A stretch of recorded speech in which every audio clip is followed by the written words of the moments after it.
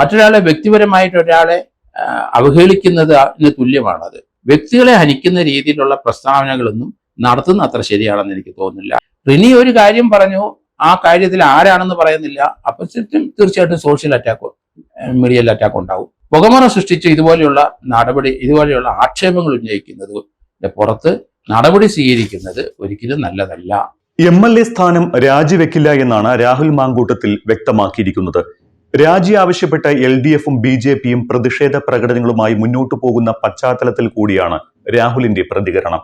പോലീസിലോ പാർട്ടിയിലോ പരാതി ലഭിച്ചിട്ടില്ലാത്തതിനാൽ രാഹുൽ മാങ്കൂട്ടത്തിൽ MLA ആയി തുടരുമെന്ന് കേരളത്തിന്റെ ചുമതലയുള്ള AICC ജനറൽ സെക്രട്ടറി ദീപാദാസ് മുൻഷിയും പറഞ്ഞിരുന്നു. ശരിക്കും ഒരു ആരോപണം ഉയർന്നാൽ MLA രാജിവെക്കണോ? ജനപ്രാതിനിധ്യ നിയമത്തിൽ എന്താണ് പറയുന്നത്? റിട്ടയർഡ് SP ജോർജ് ജോസഫ് സാറാണ് ഒപ്പമുള്ളത്. സാർ, രാഹുൽ മാങ്കൂട്ടത്തിൽ MLA സ്ഥാനം രാജിവെക്കാനുള്ള സമ്മർദ്ദം ശക്തമാക്കിയിരിക്കുകയാണ് LDFും BJPയും. രാഹുലിനെതിരെ രേഖാമൂലമുള്ള പരാതിയോ കേസോ ഇല്ലെന്നും ആരോപണം ഉയർന്നപ്പോൾ തന്നെ അദ്ദേഹം യൂത്ത് കോൺഗ്രസ് സംസ്ഥാന അധ്യക്ഷ പദവി രാജിവെച്ചു എന്നുമാണ് ഷാഫി പറമ്പിലടക്കം പ്രതികരിച്ചത്.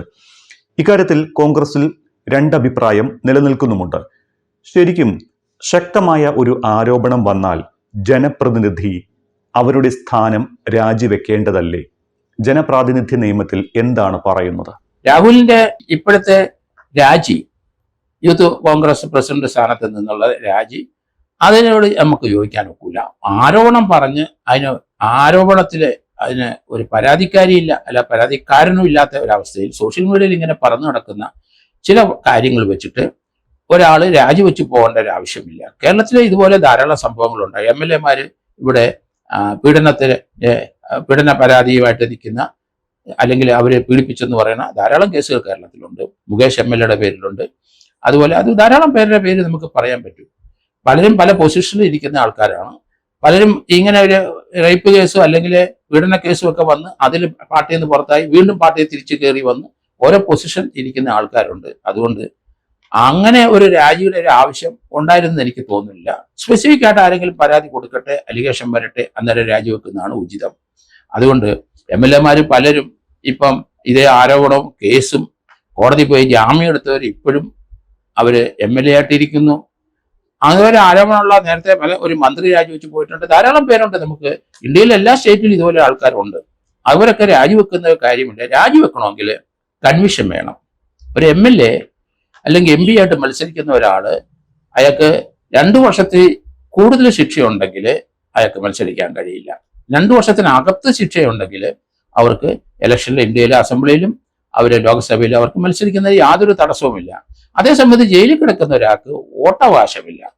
ക്രിമിനൽ കുറ്റത്തിന് ഏതിനെങ്കിലും ജയിലിൽ കിടക്കുന്ന ഒരാൾക്ക് വോട്ട് ചെയ്യാൻ അവകാശമില്ല. അങ്ങനെയാണെങ്കിൽ ഇന്ത്യയിലെ എല്ലാ 10,000-കണക്കിന് ജയിലിൽ കിടക്കുന്ന കുറ്റവാളികളെ അവരെ ശിക്ഷിച്ചിട്ടുണ്ടാവില്ല, ചിലപ്പോൾ ശിക്ഷിച്ചിട്ടുണ്ടാവും. അവരെയൊക്കെ വോട്ടിംഗ് റൈറ്റ് ഉണ്ടെന്ന് പറഞ്ഞ് വെളിയിലിറക്കി വോട്ട് ചെയ്യിക്കാനായിട്ട് ഇന്ത്യയിൽ കഴിയില്ല.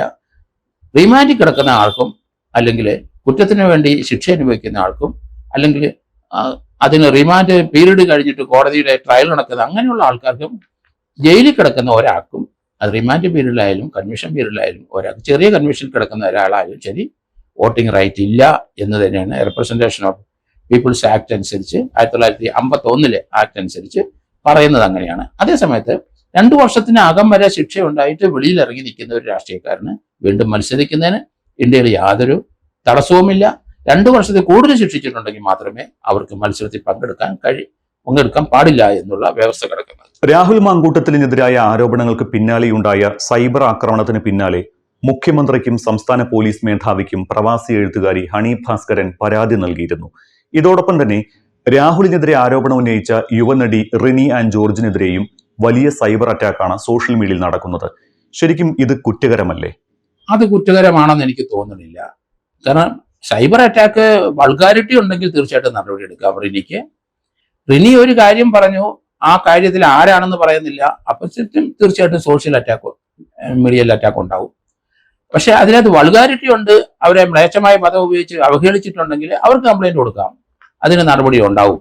അല്ലാതെ അവരെ ഒരു സൈബർ അറ്റാക്ക് ഉണ്ടാകുന്നത് സോഷ്യൽ മീഡിയക്കുള്ളിൽ അവർ നല്ല രീതിയിൽ അതിനെ പ്രതിരോധിക്കുകയോ കമന്റ് ഇടുകയോ അവരെ അനുകൂലിക്കുകയോ പ്രതിരോധിക്കുകയോ ഒക്കെ ചെയ്താൽ അതിനൊന്നും നടപടി എടുക്കാൻ കഴിയില്ല. മോശമായ പദപ്രയോഗം അവരെ വ്യക്തിയെ ഹനിക്കുന്ന രീതിയിൽ എന്തെങ്കിലും വന്നാൽ തീർച്ചയായിട്ടും ആ പെൺകുട്ടിക്ക് പരാതി കൊടുക്കുന്നതിന് തടസ്സമില്ല. റിനി ആൻ ജോർജ് ഒരു യുവ നേതാവിനെതിരെയാണ് പരാതി ഉന്നയിച്ചിരിക്കുന്നത്. പക്ഷേ ആ യുവ നേതാവ് ആരാണെന്ന് പേര് പറഞ്ഞിട്ടില്ല, സൂചനകൾ നൽകിയിട്ടുമുണ്ട്. അതിന്റെ പേരിൽ അവരെ ഇങ്ങനെ ക്രൂശിക്കാൻ പറ്റുമോ? അത് ശരിയല്ല എന്ന് തന്നെയാണ് ഞാൻ പറയുന്നത്. എന്തുകൊണ്ടാണ് അവർ ഭയപ്പെടുന്നത്? അവർക്ക് അങ്ങനെ ഒരു ആക്ഷേപം ഉണ്ടെങ്കിൽ, ആരോപണം ഉണ്ടെങ്കിൽ അത് തുറന്ന് പറയണ്ടേ, പോലീസിൽ പറയണ്ടേ? മറ്റൊരാളെ വ്യക്തിപരമായിട്ട് ഒരാളെ അവഹേളിക്കുന്നതിന് തുല്യമാണത്. അത് വളരെ സൂക്ഷിക്കേണ്ടിയിരിക്കുന്നു. അതിന് ചിലപ്പോൾ നിയമ നടപടികൾ വരും. കാരണം ഇപ്പൊ രാഹുൽ മാങ്കൂട്ടത്തിനെതിരായിട്ട് രാഷ്ട്രീയമായ പ്രതിരോധം കോൺഗ്രസ് തീർക്കുന്നതിന്റെ ഒപ്പം തന്നെ രാഹുൽ മാങ്കൂട്ടത്തിനെതിരായി DYFI ഉള്ള സംഘടനകൾ അവരും അതിശക്തമായ പ്രതിഷേധം രേഖപ്പെടുത്തിക്കൊണ്ടിരിക്കുന്ന കാഴ്ച നമ്മൾ കാണുന്നത്. പക്ഷേ അതിന് അടിസ്ഥാനം എന്താണെന്ന് എനിക്ക് മനസ്സിലാകുന്നില്ല. കുറ്റകരമായ ഒരു FIR അല്ലെങ്കിൽ അയാൾക്കെതിരായിട്ടുള്ള ആരെങ്കിലും ഒരു പരാതി, റിട്ടേൺ പരാതി, അതൊന്നുമില്ലാതെ പുകമറ സൃഷ്ടിച്ച് ഇതുപോലെയുള്ള ആക്ഷേപങ്ങൾ ഉന്നയിക്കുന്നതിന്റെ പുറത്ത് നടപടി സ്വീകരിക്കുന്നത് ഒരിക്കലും നല്ലതല്ല. അത് കോൺഗ്രസ് പാർട്ടിയിലായാലും ശരി, CPM-ലൊക്കെ എത്ര ആൾക്കാരുണ്ട് ഇതുപോലെ ആക്ഷേപം വന്നവരും കേസ് ജാമ്യം നിൽക്കുന്നവരും ഇപ്പോഴും MLA ആയിട്ട് തുടരുന്നവരും ഇന്ത്യയിലെ എല്ലാ സംസ്ഥാനങ്ങളിലും ഉണ്ട്. അതുകൊണ്ട് ഈ ആക്ഷേപം വരുന്നത് ഒരാളെ വ്യക്തിഹത്യ ചെയ്യുന്നതും അവരെ ഹനിക്കാനും അവരുടെ രാഷ്ട്രീയഭാവി ഇല്ലാതാക്കാനുള്ള ശ്രമം വളർന്നു വരുന്ന നല്ല താരങ്ങൾക്ക് ഉണ്ടാവും. അത് സ്വാഭാവികമായി. അത് ഇപ്പം വന്നിരിക്കുന്നത് അങ്ങനെ തന്നെയാണ്. കഴിഞ്ഞ 8-10 വർഷം കൊണ്ട് പെട്ടെന്ന് കേരളത്തിലെ ഒരു രാഷ്ട്രീയ നേതൃത്വത്തിലേക്ക് വന്ന ഒരു വ്യക്തിയാണ് രാഹുൽ മാങ്കൂട്ടത്തിൽ. അതുപോലെ CPM-ലും CPI-ലും BJP-യിലും ഒക്കെ ധാരാളം പേര് വന്നിട്ടുണ്ട്. അവരൊക്കെതിരായിട്ട് ധാരാളം ആരോപണങ്ങൾ വന്നുകൊണ്ടിരിക്കുന്നത് നമ്മൾ കണ്ടിട്ട്, നമുക്ക് സുരേഷ് ഗോപിക്കെതിരായിട്ട് ധാരാളം ആരോപണങ്ങൾ നേരത്തെ മുതൽ വന്നുകൊണ്ടിരിക്കുന്നത് നമുക്ക് കാണാം. പക്ഷെ അത് പ്രതിരോധിക്കാനൊക്കെ ഉള്ളൂ. അതുകൊണ്ട് അത് രാഷ്ട്രീയ ലോകം മുഴുവൻ നമ്മൾ നോക്കിക്കോളൂ. ഒരു വ്യക്തിയെ, രാഷ്ട്രീയത്തിൽ ഉയർന്നു വരുന്ന ഒരു വ്യക്തിയെ വീഴിക്കുന്നത് എന്തെങ്കിലും ഒരു സ്ത്രീയുടെ പേര് പറഞ്ഞായിരിക്കും, അല്ലെന്നെങ്കിൽ സാമ്പത്തികം വെച്ചിട്ടായിരിക്കും. അല്ലാതെ വീഴിക്കാൻ കഴിയില്ല. അല്ലാതെ അതിശക്തമായ ആൾക്കാർ മുന്നോട്ട് പോകും. അത് പ്രതിരോധിക്കാൻ കഴിവുള്ള ആൾക്കാർക്ക് രാഷ്ട്രീയത്തിൽ നിൽക്കാം. അത് പ്രതിരോധിക്കാതെ ഒറ്റപ്പെട്ടു പോയിട്ടുണ്ടെങ്കിൽ രാഷ്ട്രീയത്തിൽ പിൻവാങ്ങേണ്ടി വരും. വരും ദിവസങ്ങളിൽ കൂടുതൽ വെളിപ്പെടുത്തലുകൾ ഉണ്ടാവുകയും അത് നിയമ നടപടികളിലേക്ക് കടക്കുകയും ചെയ്താൽ രാഹുലിന് പാർട്ടിയുടെ സംരക്ഷണം കിട്ടണമെന്നില്ല എന്നാണ് പലരും അഭിപ്രായപ്പെടുന്നത്. ആ ഒരു ഘട്ടം വന്നു കഴിഞ്ഞാൽ രാജിവെക്കേണ്ടി വരില്ലേ രാഹുൽ മാങ്കൂട്ടത്തിലിന്? അതൊക്കെ വ്യക്തികളെ ആശ്രയിച്ചിരിക്കുമെന്ന് എനിക്ക് തോന്നുന്നത്. ഒരു രാഷ്ട്രീയ പാർട്ടി വിചാരിച്ചാല് ഇപ്പം പൊതുജനങ്ങൾ തെരഞ്ഞെടുത്ത ഒരു MLA ആയ ഒരാളെ അയാളുടെ പാർട്ടിക്കാർ വിചാരിച്ചാൽ ആ സ്ഥാനത്ത് നീക്കാൻ കഴിയില്ല. അതുകൊണ്ടാണ് ജനപ്രാതിനിധ്യ നിയമം അനുസരിച്ച് തെരഞ്ഞെടുക്കപ്പെട്ട ഒരാളാണ്. അത് കോൺഗ്രസിലായാലും ശരി, കമ്മ്യൂണിസ്റ്റിലായാലും ശരി, ആ വ്യക്തിയെ പാർട്ടിയിൽ നിന്ന് പുറത്താക്കാം. പക്ഷെ MLA സ്ഥാനം കളയാൻ കഴിയില്ല.